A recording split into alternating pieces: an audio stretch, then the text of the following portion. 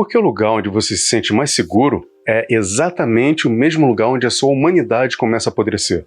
Por que a gente sente um prazer quase erótico em ver uma chamada perdida e não atender?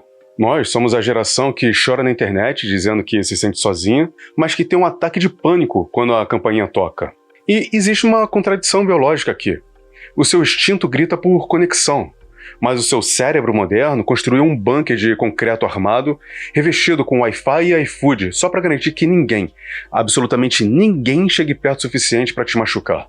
Fala, pensadores, eu me chamo Felipe e esse é o Paradigmas. Se você já sentiu que o mundo é barulhento demais e seu quarto é o único lugar que faz sentido, então já aproveita e se inscreve no canal agora. É um clique, é rápido, indolor e eu prometo que não exige interação social real. Ah, e para os leitores de plantão, todos os livros que vamos dissecar aqui, de Freud a Schopenhauer, estão linkados na descrição. Agora vem comigo. Vamos ser honestos, mas precisa ser com aquela honestidade cínica de bar que a gente só tem depois da terceira dose. Não existe droga mais potente no século XXI do que a dopamina do cancelamento. E você sabe do que eu estou falando. Aquele momento sublime e celestial em que você tem um compromisso marcado, pode ser um aniversário, um date, um happy hour com aqueles colegas de trabalho que você tolera sorrindo apenas para poder pagar suas contas e, de repente, o telefone vibra e você recebe uma mensagem dizendo: "Oi, me desculpa, surgiu um imprevisto aqui e eu não vou conseguir ir hoje." Nesse exato segundo, o seu corpo ele não sente tristeza, ele sente glória. É como se você tivesse tirado um sapato 2 números no menor, mas na alma. Você não precisa mais performar a simpatia, não precisa mais rir das piadas sem graças, não precisa se preocupar se tem alface no dente, se vai ter lugar para sentar, ou com a higiene do banheiro do lugar. Você está livre. Esse é o santuário, o quarto, a casa, o reino do controle absoluto. Aqui dentro você é como um deus. Se você quiser passar o domingo inteiro vestindo uma camiseta velha furada no sovaco, comendo biscoito fedorento direto da embalagem, assistindo documentários sobre serial killer enquanto questiona suas escolhas de vida, ninguém vai te julgar. As paredes não julgam ninguém. O algoritmo da Netflix não te julga, ele até te incentiva. Depois de 8 horas assistindo, ele te pergunta: "Você ainda tá assistindo?" Sim, seu mentecapto manipulador. Eu tô porque aqui fora o mundo é caótico, imprevisível e cheio de gente. E gente cansa, gente cheira esquisito, gente discorda de você, gente exige manutenção emocional. E é aqui que a gente cai na armadilha mais doce e venenosa da nossa mente. A ode ao isolamento. A gente romantiza a solitude como se fôssemos monges budistas no alto da montanha, quando na verdade somos apenas bichos assustados escondidos na toca. A gente chama de autocuidado o que muitas vezes é apenas covardia gourmetizada. Porque, veja bem, o problema do santuário é que ele não tem tranca apenas do lado de dentro. Com o tempo, a porta emperra. Aquele silêncio que no início era paz começa a ganhar peso. A atmosfera fica densa. Você começa a ouvir o zumbido da geladeira como se fosse um grito. O conforto do pijama vira o uniforme do detento que cumpre pena numa prisão que ele mesmo construiu e decorou com luzes de LED. Pensa no astronauta. É a metáfora perfeita. O traje espacial é o ápice da tecnologia da autopreservação.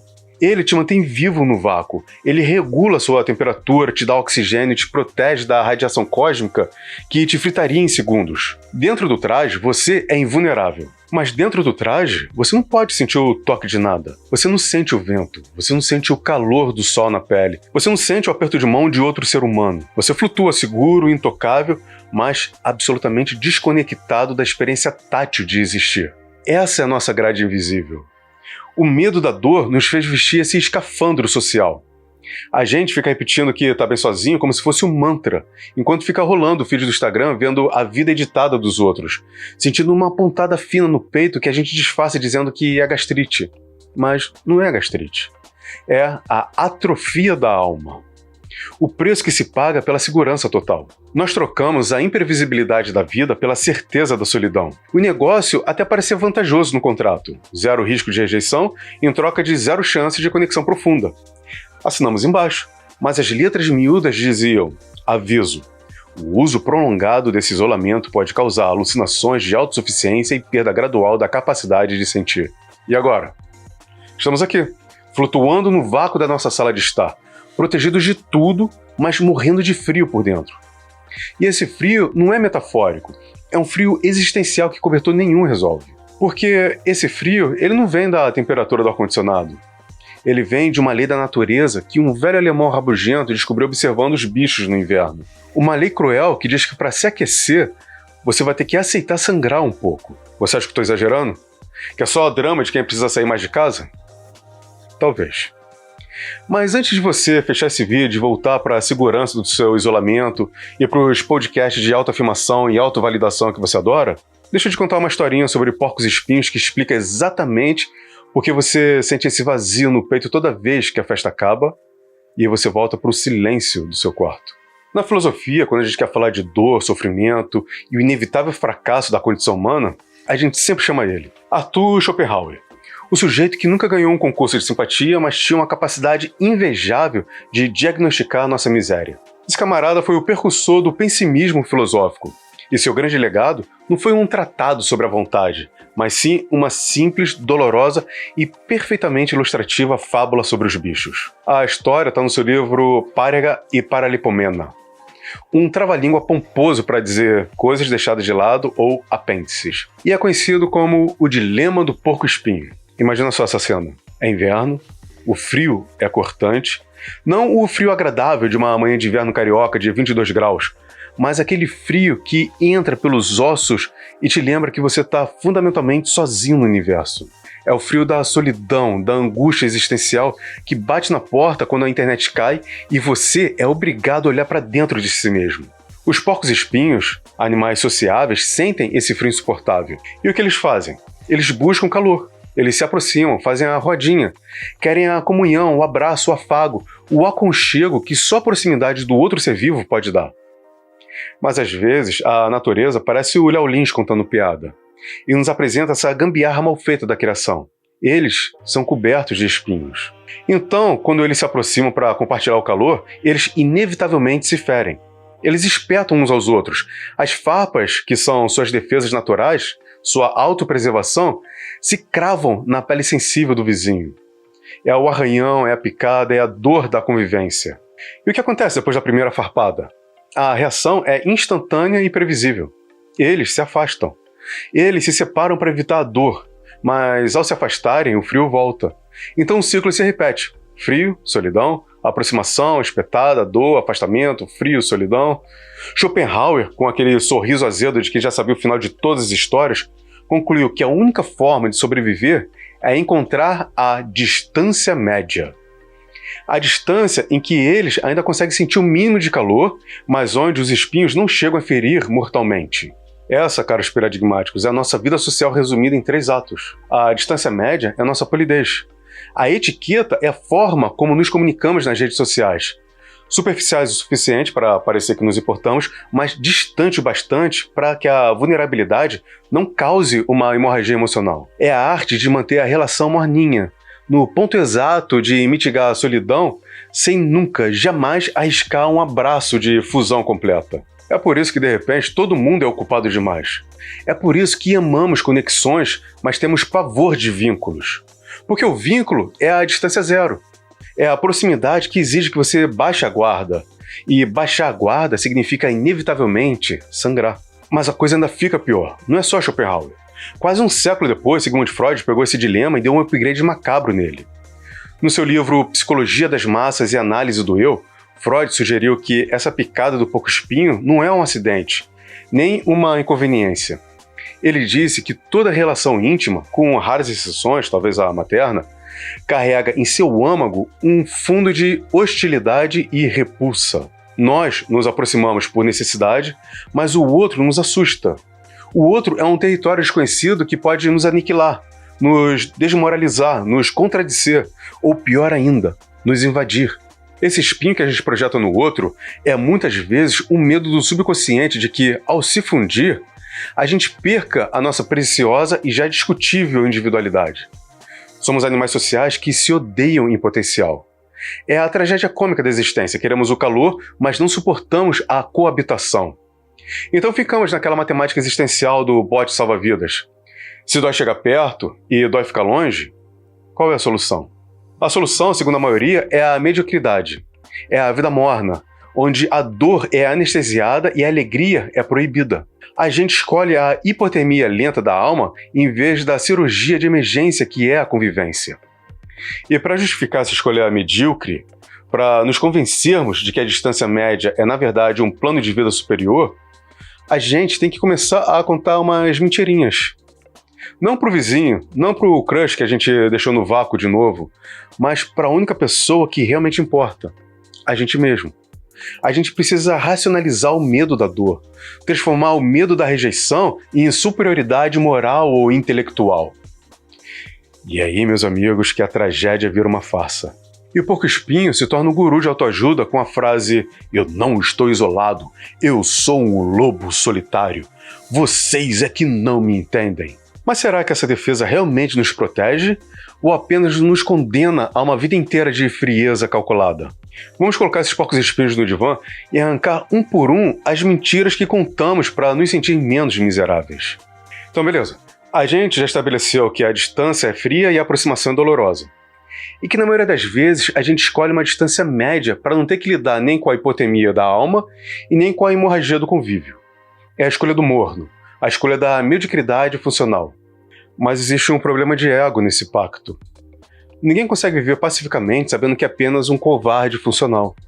Ninguém se olha no espelho e diz com orgulho: "Parabéns, eu sou um medroso que escolheu a vida mediana para evitar a dor." O ego é um péssimo perdedor. Ele exige uma narrativa melhor, uma história bem mais legal. E é aí que entra o marketing pessoal do eremita. A grande mentira que contamos para nós mesmos. Você não diz que está sozinho porque tem medo do convívio. Você diz que está sozinho porque é melhor assim. Você não desmarca o compromisso porque está com ansiedade gritando, entrando em crise. Mas porque as pessoas são vazias demais. Ou o nível das conversas é lamentável. Essa é a nossa primeira e mais destrutiva defesa psicológica, segundo a psicanalista austríaca Anna Freud. A racionalização. A racionalização é a nossa advogada de defesa particular. Ela pega o nosso pavor irracional, o nosso instinto primitivo do apego evitativo, que é o medo de se machucar, de ser abandonado, de ser visto como insuficiente, e veste essa carga emocional com um disfarce de superioridade intelectual. A mentira é linda, ela tem uma capa de filosofia de botequim. Eu não preciso de ninguém, eu sou autossuficiente, eu prefiro a minha própria companhia, eu sou um ser de luz que não se mistura com a energia ruim de gentalha. A gente transforma o medo de ser rejeitado em arrogância. Transformamos a nossa profunda carência afetiva em altivez moral. O mestre nessa arte da autossabotagem travestida de insight é o narrador de Dostoiévski no seu livro Memória do Subsolo. O famoso Homem do Subsolo. Ele é o porco-espinho em sua forma mais pura e azeda. O sujeito se isola por princípio. Ele se considera mais esperto que todo mundo. Ele vê a mediocridade, a burrice, a falsidade do mundo e decide se trancar. Mas ele não está em paz, ele é miserável, ele é atormentado, ele é o primeiro a atacar antes de ser atacado. Ele projeta no mundo a rejeição que ele teme, justamente para justificar a sua prisão. Ele é o modelo perfeito de defesa do ataque do sistema de defesa. Você, eu, todos nós fazemos isso. A gente usa o sarcasmo como escudo de vibranium, a ironia como um repelente social. Se alguém tenta se aproximar demais, a gente lança uma piada destrutiva, um comentário meio blasé, uma crítica ácida e, puf, explode o balão da intimidade. A gente se afasta e sucesso. Missão de isolamento cumprida. A gente passa a vida como críticos de cinema da nossa própria existência, em vez de vivermos a nossa história. É mais fácil criticar quem está jogando o jogo da vida, se machucando, rindo, errando, do que entrar em campo. Porque se eu critico a performance do outro, eu não preciso me arriscar a ter a minha performance também criticada. O grande paradoxo aqui é que essa mentira até funciona para evitar o espinho da rejeição momentânea. Você está seguro. Mas ela te mata de uma forma muito mais lenta e cruel, a inanição afetiva. A gente se defende tanto do mundo lá fora com essa nossa armadura de racionalização e formação reativa, que é o mecanismo de defesa onde o medo vira o oposto, o medo vira o desprezo, que acabamos atrofiando a nossa capacidade de amar, de depender, de ser vulnerável. É igual você manter seu braço engessado por 10 anos. Ele não quebra mais, mas ele também não consegue te servir uma xícara de café. O braço ele acaba virando um adereço inútil. O solitário arrogante ele não é autossuficiente. Ele é, na verdade, o mendigo que se recusa a estender a mão. E para disfarçar a fome, ele diz que não gosta de comida. Tudo isso já seria trágico por si só. Mas o que torna essa autonegação ainda mais perversa é que o mundo lá fora, a sociedade de hoje, não só aceita essa mentira, como a patrocina e plastifica. A nossa sociedade moderna, com toda a sua tecnologia de contato, fez um favor terrível para o nosso porco-espinho covarde. Ele criou um ambiente perfeito para que a gente possa ter um simulacro do calor, sem o risco do abraço. Se a nossa mentira é "eu não preciso de ninguém, só do meu conforto", o mundo disse "ok, temos um aplicativo para isso". E é sobre essa cumplicidade tecnológica entre o nosso medo e a estrutura social que a gente precisa conversar. Como o mundo se tornou o cúmplice perfeito da nossa covardia de pijama. Ok, vamos tirar o porco-espinho da toca e colocar ele no lounge VIP do século XXI. O problema do dilema do porco-espinho não é novo. Como vimos, Schopenhauer já sentia esse frio no século XIX. Mas o que mudou de lá para cá? Porque hoje a solidão acompanhada não é mais uma tragédia pessoal, mas sim uma epidemia social. A resposta, meu amigo, está na liquidez. O sociólogo polonês Zygmunt Bauman, um pessimista nato, ele cunhou o termo amor líquido para descrever esse nosso tempo. Ele é a referência perfeita para entender a nossa covardia em tempos líquidos. Nós não queremos mais vínculos, queremos conexões. Percebe a diferença sutil e perversa? O vínculo é a corrente, a hipoteca, é o compromisso de longo prazo que te obriga a lidar com a sujeira, com os espinhos do outro. O vínculo exige presença e permanência. A conexão é Wi-Fi, é temporária, é descartável, e você pode deletar o histórico a qualquer momento. A gente quer o calor dos porcos espinhos, mas a gente quer que esse calor venha embalado a vácuo, sem cheiro, e com um prazo de validade de 24 horas. Queremos a emoção da novidade, mas fugimos do tédio do compromisso. O Tinder e os aplicativos de relacionamento não são apenas ferramentas. Eles são um ambiente perfeito para o nosso porco-espinho. Eles transformam o outro em um produto de consumo, uma vitrine de perfis, onde a gente pode usar o polegar para deslizar a pessoa para a direita, para curtir ela, e no primeiro sinal de que ela tem profundidade ou, Deus me livre, problemas, a gente usa o mesmo polegar para jogar ela para a esquerda, como se fôssemos um imperador romano decidindo a existência das nossas vítimas, mas nos protegendo na distância. Criamos uma rejeição em massa e sem contato visual. É o sonho do covarde social, ter o botão digitar da vida real. E o mesmo vale para o iFood. Você não quer cozinhar, você não quer ir no mercado, você não quer ter que interagir com o entregador mais do que o estritamente necessário para pegar a sua pizza. Você quer que a sua comida chegue na sua porta, mas com zero intrusão na sua bolha. A gente terceiriza tudo que exige esforço e presença, do nosso jantar até o nosso prazer sexual.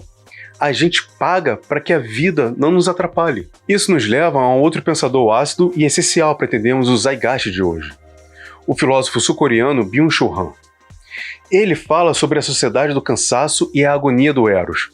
Byung-Chul Han argumenta que o outro deixou de ser um mistério, uma alteridade, e se tornou um objeto.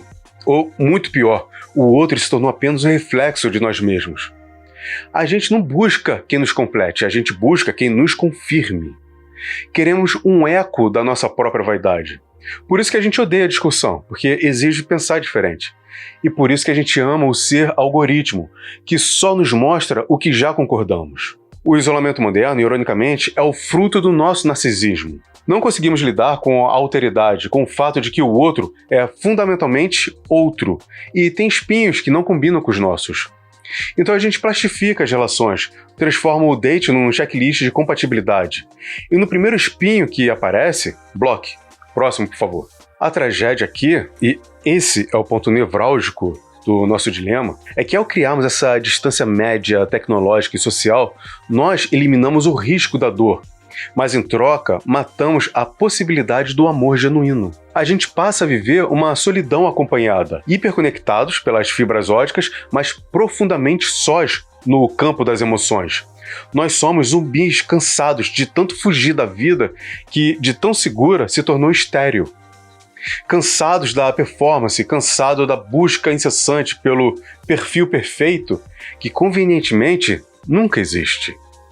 A gente se defende com unhas e dentes da possibilidade de ser ferido, mas essa defesa nos transforma naquilo que mais tememos: seres atrofiados, incapazes de sustentar a complexidade do encontro. Mas aqui vai a porrada final.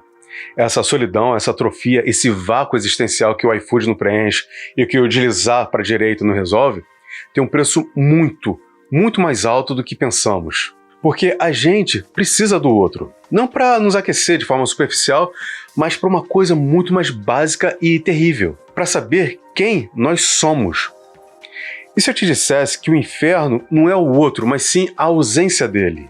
Essa é a grande ironia da existência humana. Nós precisamos do outro não para nos aquecer de um frio casual, mas para existir. O filósofo francês Jean-Paul Sartre, com aquele seu existencialismo seco e direto, nos deu uma das frases mais famosas e mais mal interpretadas da história da filosofia. O inferno são os outros. A maioria das pessoas usa essa frase para justificar a birra social. Ah, eu não vou nessa festa porque o inferno são os outros. Como se o inferno fosse a fila do banco ou o vizinho barulhento. Mas a intenção de Sartre em sua peça Entre Quatro Paredes não era essa. O inferno para Sartre não é a maldade do outro. O inferno é o olhar do outro. Pensa aqui comigo. Quando você está sozinho, trancado no seu bunker de autossuficiência, você é o juiz, o júri e o réu de si mesmo. Você é livre para criar qualquer autoimagem que você quiser. Você pode ser o gênio compreendido, o bom vivant que não quer se misturar, o Marte estoico que suporta o mundo. A autoimagem é bastante confortável, mas ela é só uma miragem. Nós só nos tornamos concretos, só ganhamos uma forma tridimensional e real, quando somos confrontados com o olhar alheio. O outro nos flagra, o outro nos julga, o outro nos vê de uma forma que invalida a nossa autoimagem construída no isolamento. E é por isso que o olhar do outro é o inferno. Porque ele nos tira do controle narrativo sobre quem somos. Ele nos obriga a reconhecer que não somos a ideia platônica de nós mesmos, mas um ser falível, cheio de espinhos e contradições que existe no mundo compartilhado. Se a gente se isola completamente, o que acontece? A gente atrofia. Se perde a referência. O eu se desmancha. É a sensação de estar se tornando transparente, um fantasma que só tem contornos no seu próprio espelho. O nosso sistema nervoso, que precisa de feedbacks para se calibrar, começa a pirar. O silêncio, que era sua paz, se transforma num ruído ensurdecedor que só você escuta. A dor do isolamento total, que é a ausência de ser através do olhar do outro, é uma morte fria e lenta. Não é uma picada dolorosa do porco-espinho que te faz gritar por um segundo. É a hipotermia progressiva da alma, que te faz cochilar e nunca mais acordar. Então o dilema não é mais sobre entre o frio e a ferida. O dilema é: eu aceito a dor da verdade que o outro me impõe, a ferida, para poder existir plenamente, o calor, ou eu me mantenho seguro e intocável na mentira da minha autossuficiência, o frio mortal. Filósofos como Martin Buber, ao contrário de Sartre, nos lembra que a verdadeira existência acontece no encontro. No momento em que transformamos o outro, que era apenas um isso, um objeto, um perfil de consumo, um espelho, em um tu, uma pessoa, uma autoridade, um mistério. E esse encontro eu-tu é o que nos resgata.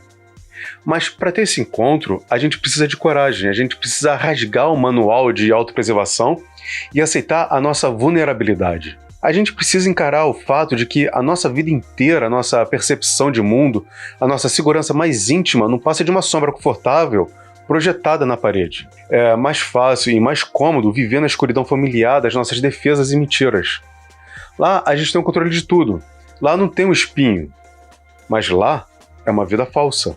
Mas para sair disso, para finalmente encarar a verdade e encontrar o calor real, aquele que não é morno, que não é líquido, mas que queima de verdade, a gente precisa dar um passo. Um passo que é, ao mesmo tempo, doloroso e libertador. A gente precisa deixar o santuário, sair da cela e ir em direção àquilo que os nossos olhos estão mais acostumados a evitar. A gente precisa sair da caverna. E aqui que chamamos Platão para essa terapia existencial.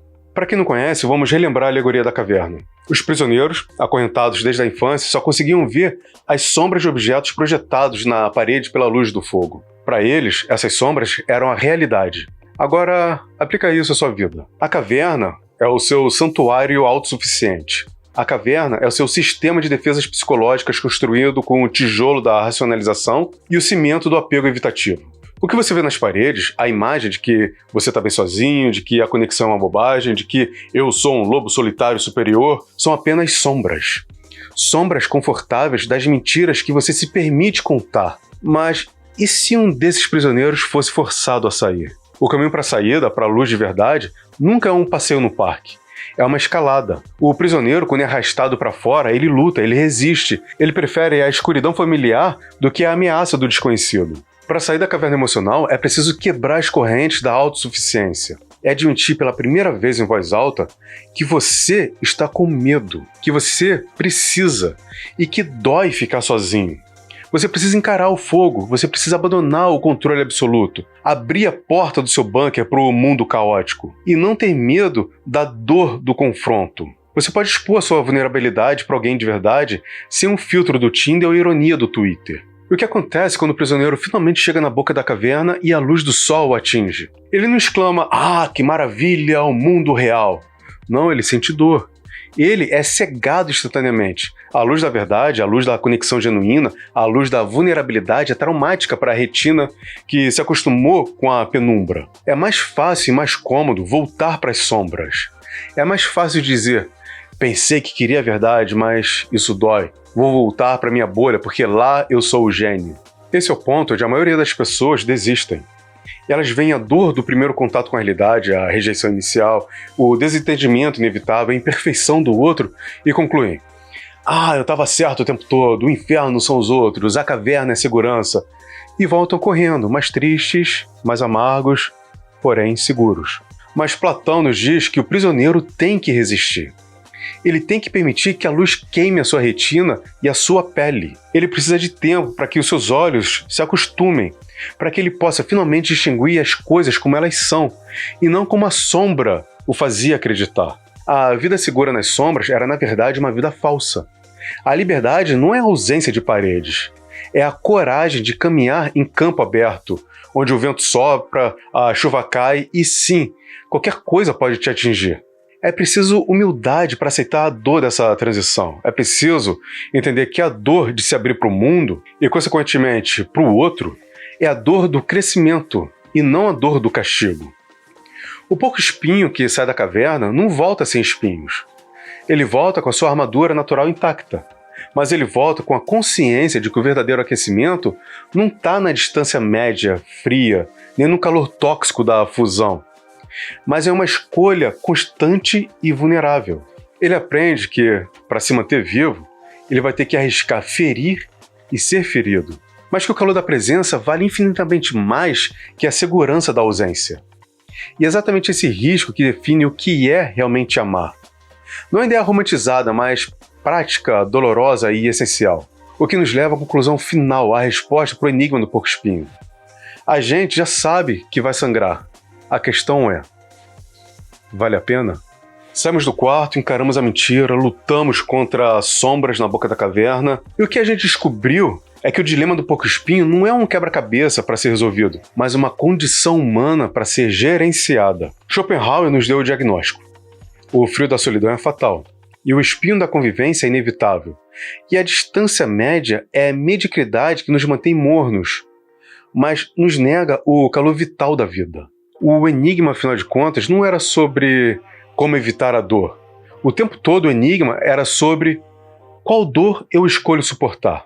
E a resposta, meus paradigmáticos, não está na fuga sartriana nem na radicalização freudiana. Ela está no encontro. Ela está na coragem que o filósofo Martin Buber chamou de relação eu-tu.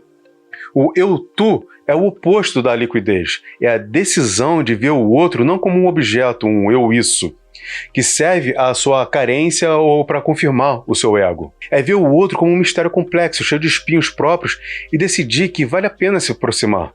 A maturidade não é não ter espinhos. A maturidade é saber exatamente onde seus espinhos estão, onde os espinhos dos outros estão e aprender a abraçar com cuidado. É aceitar que você vai sangrar de vez em quando e que o outro também vai. A vida real, a vida que pulsa, a vida que aquece, é uma sucessão de cicatrizes. O porco-espinho maduro não é aquele que se isola, mas é aquele que entende que a vulnerabilidade não é uma fraqueza. É a única porta para a força genuína. É a única forma de deixar o calor entrar de verdade. É a decisão de desmontar a armadura que você levou anos construindo. É dar ao outro o mapa das suas fraquezas e confiar que ele não vai usar para te ferir, mas talvez para te conhecer melhor, te conhecer de verdade. E se ele atacar suas fraquezas? a dor vai ser imensa. Mas a alternativa à morte lenta pelo frio no seu banco de autossuficiência é muito, muito pior. E já que você conseguiu sair da sua caverna, tem um mundo inteiro para você explorar com várias pessoas iguais a você. Pessoas que vão gostar de te conhecer e pessoas que precisam te conhecer. Então a resposta para o nosso dilema do porco-espinho é: a única forma de não morrer de frio é aceitar alguns arranhões. É aceitar o risco consciente de que só quem vive é quem pode sangrar. E que a vida morna que você construiu para se proteger é sua maior inimiga. O calor da conexão real, do amor imperfeito, da amizade que te critica na cara, é o preço que pagamos para não virarmos uma sombra distorcida na parede da caverna de Platão. Esse é o preço para existir de verdade. Na verdade, isso é existir. E aí, paradigmáticos, gostaram da viagem? Onde é que você está agora? Você está no modo distância média ou na caverna? Qual foi a última vez que você deixou alguém ver os seus espinhos? Eu te convido a pensar um pouco mais sobre tudo isso. É no diálogo e não na certeza que a gente vai muito mais longe. Deixe a sua conclusão, a sua dúvida ou até a sua crítica sobre o que falamos aqui hoje nos comentários. Se você sentiu o espinho da verdade, curta o vídeo, se inscreve no Paradigmas e compartilha essa ideia com um amigo que você sabe que está morrendo de frio. É importante aceitar o risco, porque o frio é pior do que o espinho. Eu sou o Felipe e esse foi o Paradigmas. Lembrando que todos os livros utilizados para escrever esse roteiro estão lá na descrição. Dá uma olhada lá. A leitura, o confronto e o aprofundamento podem nos levar a lugares que nunca imaginamos. Mas eu também posso estar completamente errado. Então, pense bem sobre isso, fique bem e beba água. A solidão, veja bem, é um hotel 5 estrelas. O serviço de quarto é impecável, o controle remoto é uma extensão do seu braço e ninguém, absolutamente ninguém, vai questionar por que você está comendo feijão gelado de madrugada. É o paraíso da mediocridade confortável. A gente levanta muros, cava fossos, cerca o coração com caco de vidro e chama isso de paz de espírito. Somos os arquitetos orgulhosos da nossa própria ilha deserta. O problema, meu caro náufrago de sofá, é que a ilha deserta não tem abraço. E o abraço, essa engenharia kamikaze de esmagar peitos e espinhos, é a única coisa que nos impede de virar estátuas. No final, a contabilidade da vida é cruel. Ou você morre intacto, preservado no formol do ego, lindo e gelado, ou você aceita sair para o mundo todo arranhado. No meu caso, eu prefiro o curativo. Porque cicatriz, no fundo, é só uma tatuagem teimosa de quem teve a audácia de sair e existir no mundo cheio de gente. Obrigado por nos acompanhar nessa jornada entre espinhos e solidão. Se a sua cabeça ainda está fervilhando de ideias, escolha um dos vídeos sugeridos para aprofundar sua reflexão. E já que conhecimento é a única coisa que não tem espinhos, todos os livros que usamos estão na descrição. Se o Paradigmas te aquecer um pouco nesse frio existencial, considere se inscrever no canal e juntar-se ao nosso clube de membros. Seu apoio é o único calor que garante que a gente continue questionando paradigmas. Então, bom dia, boa tarde, boa noite e boa sorte. Até a próxima.